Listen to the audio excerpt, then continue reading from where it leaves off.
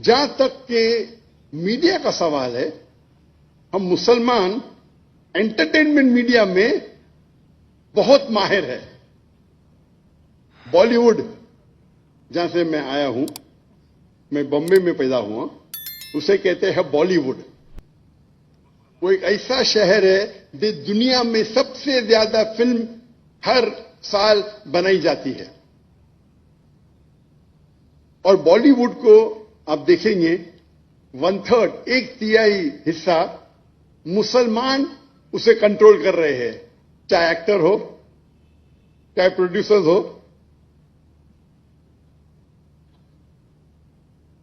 یہ افسوس کی بات ہے کہ انٹرٹینمنٹ میڈیا میں ہم ماہر ہیں. ہم دیکھیں گے عربک میڈیا میں بھی ہم انٹرٹینمنٹ میں ماہر ہیں، لیکن جہاں تک کہ اسلامک میڈیا کا سوال ہے، ہم مسلمان مسکین ہیں، بیکورڈ ہے، کمزور ہے.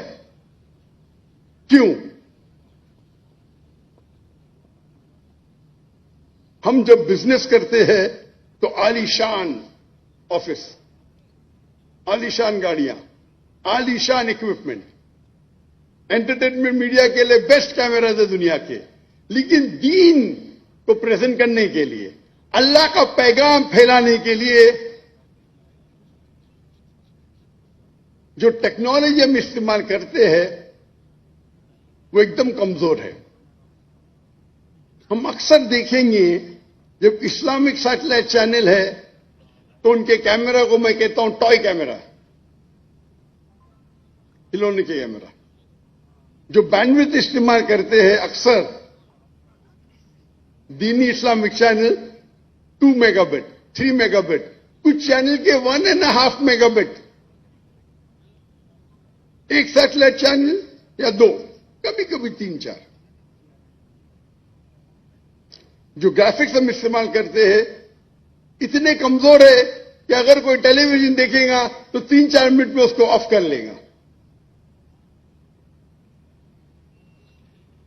اسی نقطۂ نظر سے 2005 میں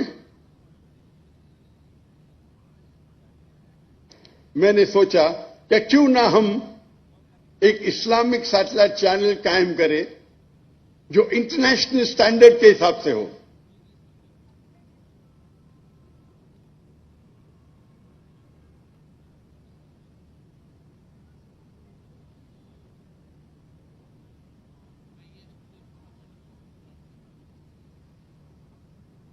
تو سب سے پہلا پیس ٹی وی ہم نے قائم کی، پیس ٹی وی انگلش، 2006 میں جنوری میں. اور ہمارا معیار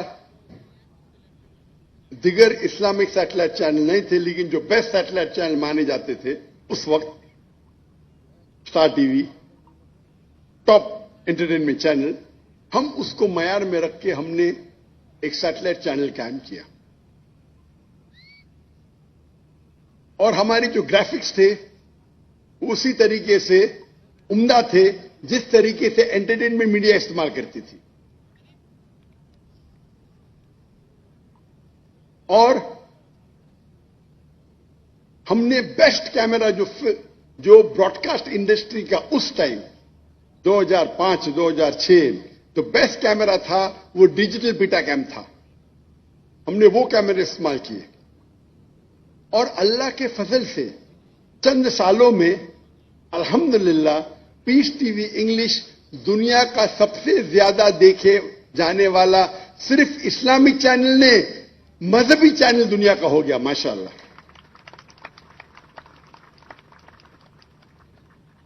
اور اس کے مشاہدین 100 ملین، 10 کروڑ ہوئے الحمدللہ.